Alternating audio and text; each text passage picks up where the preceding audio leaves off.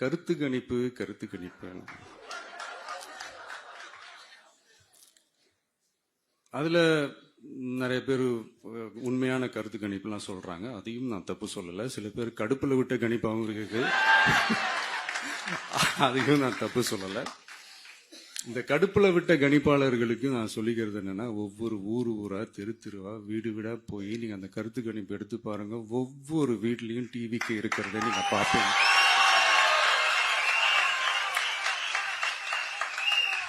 அப்படி சப்போஸ் உங்களுக்கு அது ஷாக்கிங்கா இருந்துச்சுன்னா ரப்பர் வச்சு எல்லாத்தையும் அழிச்சிட்டு மறுபடியும் முதல்ல இருந்து எடுத்து பாருங்க. அதே ரிசல்ட் தான் வரும்.